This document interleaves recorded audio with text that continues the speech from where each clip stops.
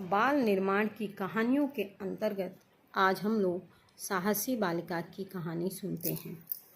गणेश और कुसुम दोनों सहेलियां थीं। कक्षा की दूसरी लड़कियों के आने में अभी देर थी। आज वे कुछ पहले ही विद्यालय आ गई थी।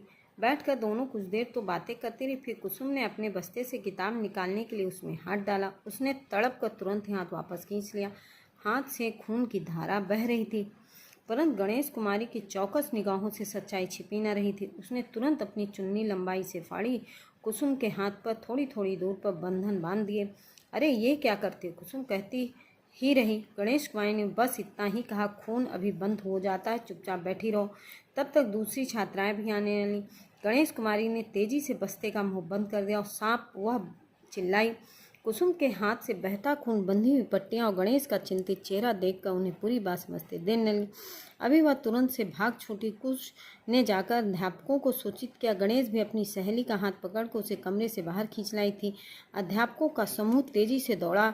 कुछ तो कुसुम को तुरंत अस्पताल ले गए, कुछ ने माली आदि के साथ मिलकर सांप को बोतल में बंद कर दिया। बड़ा सा काला नाग था, वह उसे देखने के लिए भीड़ जुट गई। डॉक्टरों ने तुरंत उपचार करके कुसुम के शरीर में जहर चढ़ने से बचा लिया। सांप बहुत जहरीला था, तनिक भी देर हो जाती तो उसे बचाना संभव न था।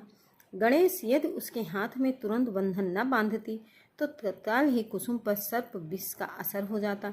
सांप के रूप में मृत्यु सामने थी, परंतु गणेश तनिक भी उसमें से न डरी। उल्टे उसने सहेली की रक्षा के लिए प्रयास किया।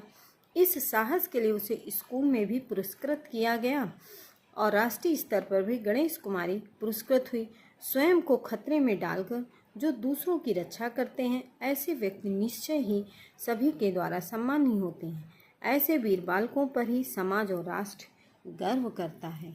धन्यवाद बच्चों।